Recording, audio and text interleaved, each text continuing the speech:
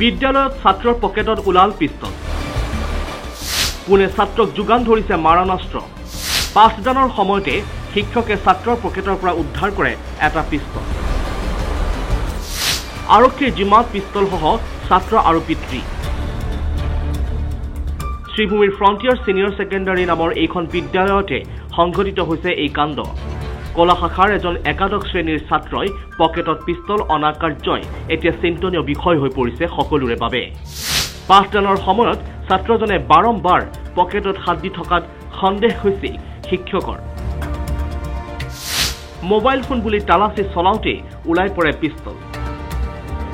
ছাত্ৰজনৰ এই কাণ্ডত হতভম্ব হৈ প্ৰধান শিক্ষকে খবৰ দিয়ে অভিভাৱকক।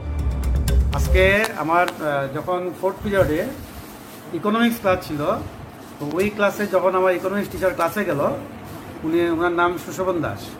তো উনি ছেলেটা ওর পকেটে হাত দিচ্ছে, ব্যাগে হাত দিচ্ছে, তখন ওনার সন্দেহ হয়েছে যে হয়তোবা তার কাছে একটা মোবাইল ফোন আছে, কারণ আমাদের স্কুলে আমরা মোবাইল ফোন অ্যালাউ করি না।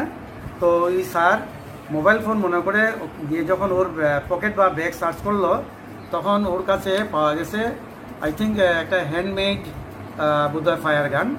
হ্যাঁ, তো ওইটা উনি সঙ্গে সঙ্গে ওর কাছ থেকে সিজ করে নিয়ে এসছে এখানে, আমাকে খবর দিয়েছে, স্যার আপনি এসে দেখুন একটু।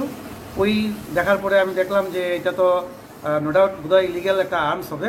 তো আমি ওইটা আমার কাস্টডিতে আমি রেখে দিয়েছি আমার ডয়ারে। তারপর আমি ছেলেটাকে এখানে বসিয়ে রেখে ওর বাবাকে ফোন করে এখানে এনেছি, এবং আমার যথাযথ কর্তব্য অনুযায়ী আমি মনে করছি যে আমার পুলিশকেও ইনফর্ম করা প্রয়োজন। তো ওর গার্জিয়ান এবং লোকাল পুলিশকে আমি ইনফর্ম করেছি। তো ওনারা এসে ওদের বয়ান নিয়েছে, ছেলে এবং ওর বাবা সবাই বয়ান নিয়েছে, আমাদেরও বয়ান নিয়েছে, এবং সেই আর্মসটা এবং ওকে সঙ্গে নিয়ে পুলিশ এখন আমার স্কুল থেকে ওকে নিয়ে গেছে। পিছে কি উদ্দেশ্যৰে ছাত্ৰজনে বিদ্যালয়লৈ আনিছিল এই মাৰণাস্ত্ৰ? আছে নেকি কিবা ৰহস্য? ছাত্ৰজনক এই বিষয়ে সোধা পোছা কৰাত জানিবলৈ দিয়ে যে মুখত কাপোৰ বন্ধা এজন অচিনাকি ব্যক্তিয়ে পিস্তলটো দিছিল ৰাখিবলৈ। ছাত্ৰজনক আৰু তেওঁৰ পিতৃক প্ৰাণে মৰাৰ ভাবুকি দিয়া বুলি কয় শিক্ষকৰ আগত। বলছে অপরিচিত একটা ছেলে নাকি মুখে মাস্ক পরে স্কুল শুরু হওয়ার সময় ওকে দিয়ে গেছে, এবং বলছে তুই যদি এটা কাউকে বলিস তাহলে তোকে মারবো, তোর বাবাকে মারবো, সবাইকে মেরে দেবো, ওইরকম কথা বলে নাকি ছেলেটা ওর কাছে দিয়ে ওই ছেলেটা বাইকে করে চলে গেছে। আর এই শামকুড়ি ওটাকে নিয়ে ক্লাসে বসেছিল। মুঠৰ ওপৰত ছাত্ৰৰ পকেটত এইদৰে মাৰণাস্ত্ৰ উদ্ধাৰ হোৱা ঘটনাই এতিয়া সৃষ্টি কৰিছে বহু ৰহস্যৰ, উদ্ৰেক কৰিছে বহু প্ৰশ্ন।